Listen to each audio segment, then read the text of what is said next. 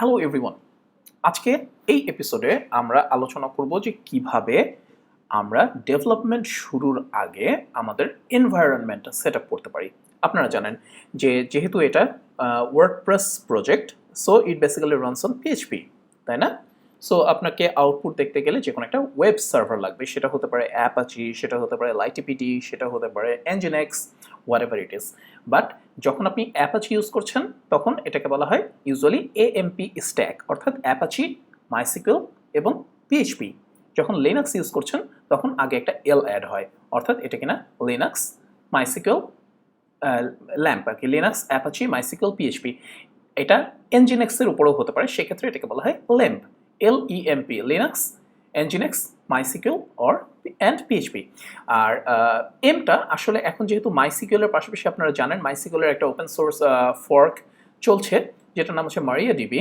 So এমটা আসলে মারিয়াডিবি এবং MySQL দুটোকেই রিপ্রেজেন্ট করে। So it could be Linux nginx MariaDB and PHP, অথবা লিনাক্স এনজিনএক্স মাইসিকিউএল এবং পিএইচপি। এ মানে হচ্ছে অ্যাপাচি। আবার লাস্টে পিটা অনেকে অন্য ইয়াতে ইউজ করে, যেমন পাইথন হতে পারে, what ever it is. But anyway আমাদের জন্য দরকার হচ্ছে লিনাক্স, তারপর হচ্ছে লিনাক্স না, যে কোনো একটা operating system. It could be ওয়াম্প, it could be LAMP, or it could be MAMP, অর্থাৎ লিনাক্স অ্যাপাচি মাইসিকিউএল পিএইচপি, অথবা উইন্ডোজ অ্যাপাচি মাইসিকিউএল পিএইচপি, অথবা ম্যাক ওএস অ্যাপাচি মাইসিকিউএল এবং পিএইচপি, কিংবা এই অ্যাপাচির বদলে আপনারা এনজিনএক্স ইউজ করতে পারছেন। তো যাই হোক আর কি, ডেভেলপমেন্ট এনভায়রনমেন্ট সেট আপ করা ইম্পর্ট্যান্ট, এবং আমি আশা করব যে এই কোর্সের জন্য আপনাদের already development environment set up করা আছে। না থাকলে আপনারা খুব সহজেই কমান্ড লাইন থেকে তো পারবেনই, কিন্তু এই পুরো স্ট্যাক কুইকলি ইনস্টল করার জন্য অনেকগুলো সলিউশন আছে ডেভেলপমেন্ট এনভায়রনমেন্টটা কুইকলি সেট আপ করার জন্য। তার মধ্যে এক নম্বর হচ্ছে, আমার খুবই পছন্দের টুল হচ্ছে AMPPS। গাইজ, এখানে একটা ছোট্ট ওয়ার্নিং আছে।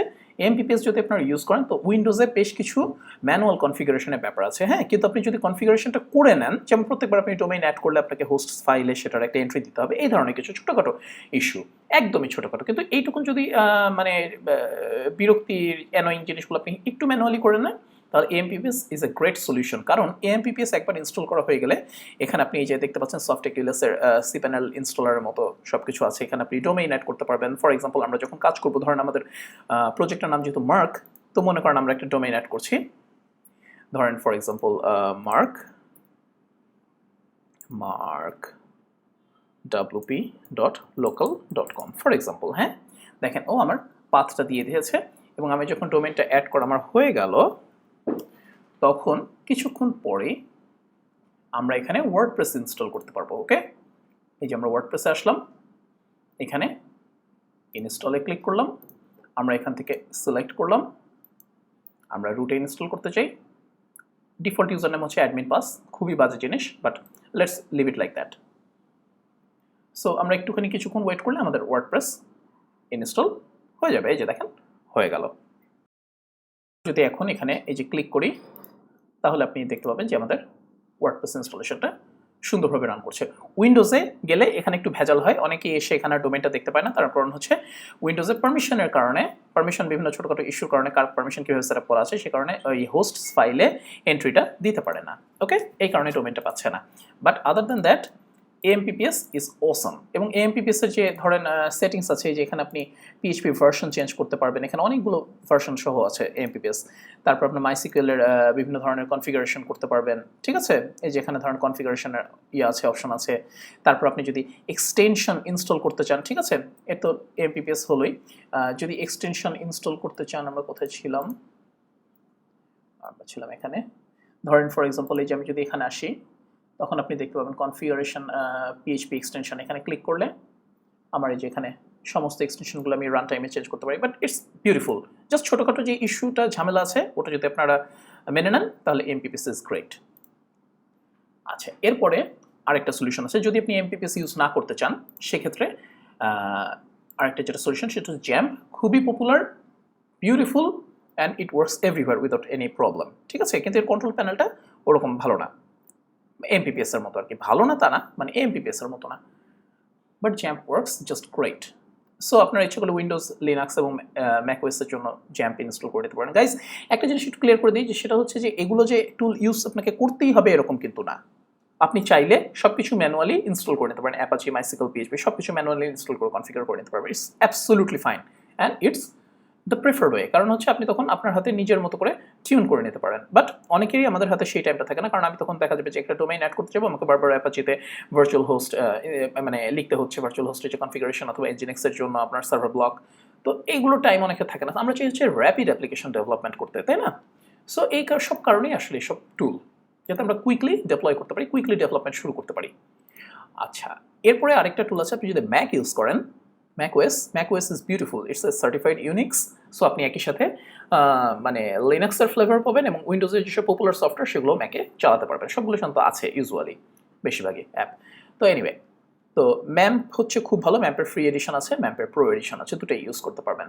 বিটনামি স্ট্যাক আছে, বিটনামিটা আমি একটু কেমন জানি লাগে, বাট আপনি ইউজ করতে পারেন চাইলে। সো এই AMPPS টুলগুলো আপনারা ইচ্ছা করলে ইউজ করতে পারেন ডেভেলপমেন্ট এনভায়রনমেন্ট সেট আপ করার জন্য, অর্থাৎ কিনা অ্যাপাচি, মাইসিকল, পিএইচপি, এই তিনটা ইনস্টল করার জন্য এবং ইজিলি কনফিগার করার জন্য। আরেকটা টুল আছে, আপনি যদি লিনাক্স ইউজার হন তাহলে আপনার জন্য easy engine. Easy engine is awesome. So আপনি আপনার মেশিনে ইজি ইঞ্জিন ইনস্টল করে নিতে পারবেন এবং যে কোনো সময় ডিপ্লয় করে ফেলতে পারবেন আপনার সাইট, কুইকলি একটা ওয়ার্ডপ্রেস সাইট তৈরি করে ফেলতে পারবেন। এটা নিয়ে আমাদের ডিটেইল একটা কোর্স আছে, আপনারা দেখতে পারেন, খুবই খুবই ইন্টারেস্টিং একটা জিনিস। Easy engine is awesome. আচ্ছা, সো যেহেতু আমাদের এখন AMPPS বলছি, অ্যাপাচি, মাইসিকল, পিএইচপির ঝামেলা চলে গেল, এবার যে প্রবলেমটা আসে সেটা হচ্ছে এডিটর। আমরা কে কোন এডিটর ইউজ করব? আমার সবচেয়ে পছন্দের এডিটর হচ্ছে